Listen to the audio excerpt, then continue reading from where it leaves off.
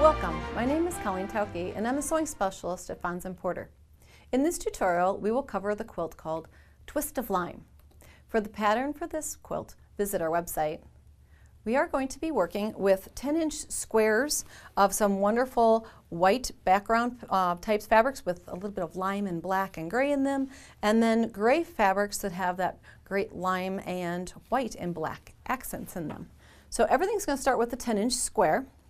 And we're going to take that 10-inch square and we're going to dice it up a little bit. You'll see that there are blocks within the quilt that look like one big 10-inch square, but they have some replacement pieces on each of them, kind of triangles in different positions. So what we're going to do here is we're going to stack up some of the white and the gray blocks, and we're going to cut them into 4 equal parts. So we are going to, I put it on a rotating mat here so that we can cut from a safe direction and not disturb our parts as we go. So we're going to cut 10-inch block in half, which means 5 inches along this cut edge of the block, and we're going to come in and cut that right down the middle. And then we're going to turn it and do the same thing from the other direction. And that will create 4 blocks of the same fabric. And then we can collect up 4 of these. And if we were to have stacked a bunch of fabrics, we could go through and collect groups of 4. So now we have 4 for a block that is predominantly white and 4 blocks that are predominantly gray. Okay, we're going to set those aside. Now we have one more little set of cuttings that we're going to do. We're going to use a gray fabric, and we're also going to be cutting fabrics from squares that are black and also lime green, and follow the instructions for the number of 10-inch squares that you need to cut, and we're going to cut those into 2.5-inch squares. The great part about this is that all these fabrics go together and we don't have to go shopping for more. We've got them greatly already coordinated wonderfully. So 10-inch square, I made my first cut at 7.5. I'm going to back that up to 5, which would then cut the 10-inch square right in half. And then back it up again to 2.5, all the way along. And we've now cut it into strips, and then all we have to do is turn the mat and repeat that process again, 7.5, 5, and 2.5. And it will yield us 16 squares that all go together. And 2.5. So the fun part is that you can sit down and cut a bunch of squares really quickly. Okay, now that we have those, then I would reserve all of those into piles of the gray or the lime green or the black. And they may be a variety of the grays or variety of the lime greens, but I would keep those stacked together. Now what we're going to do is create the parts of the block that have diagonal seams. So we're going to take a block like this, and we're going to pick up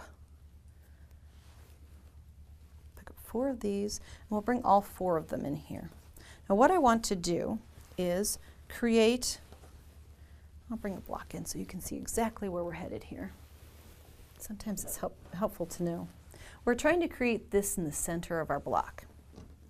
And what we need to do then is that we are going to use the diagonal seams. So I'm going to lay these right sides together so I know I've got things positioned. And then I'm going to come in with each one of them and mark them with a diagonal seam corner to corner.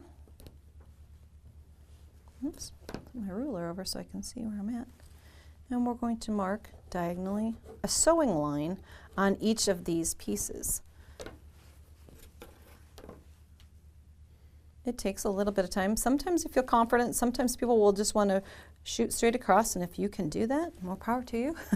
When I tried to make a straight line like that, mine tends to sag in the middle, and then my block doesn't quite come out the way I want it to. So once we've got all 4 of them marked, we're going to take one under the sewing machine, and we're going to stitch it. And set it down. stitch just next to the line, but not quite on top of it, just a little bit to the outer edge, this outer edge here, so that when we open the triangle out, that it will totally replace the fabric underneath of it. So we would come in with the iron. Always make sure that we make a trip to the iron periodically and keep things neat and tidy when we're piecing. Open that seam all the way out, like this. And then we just need to use the scissors, and we can come in and remove the underneath triangle of fabric, because we don't need all of those layers. Just approximately a 1/4 inch seam allowance there. And you're going to repeat that process all the way around.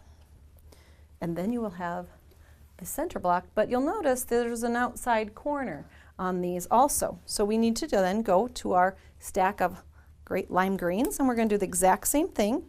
We're going to mark these also from corner to corner and stitch along that line again and flip it out, and then we will have created this outer corner of our block. Okay. When we bring all these pieces together, I'll fold it back like as if I was stitching it. I've joined rows here and a row here, join those together, stitching a 1/4 inch seam and pressing that out. Now, for the number of blocks that are required for this quilt, follow the directions carefully, because there are a variety of combinations. If you can see in the quilt behind you, there are blocks that are basically gray with a black center and green on the outside. There are also blocks that are white, the gray center, and they have green on the outside. Now, the fun part is that when these come together, you'll notice you're going to have green triangles, and there'll be a variety of triangles that come together to make a square here. And the other part is that on the outside edge of the quilt, there are blocks that do not have triangles on two sides. So you would have a block that looks similar to this, 2 green triangles, but it would be white all the way to the outside here.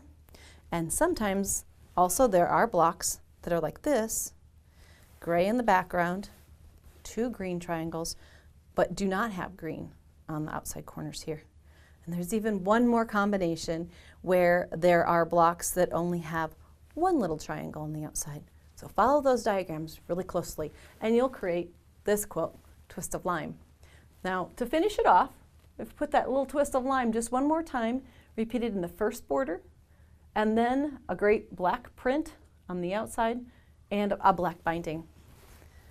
For more of our video tutorials, visit our website. Thanks for joining me.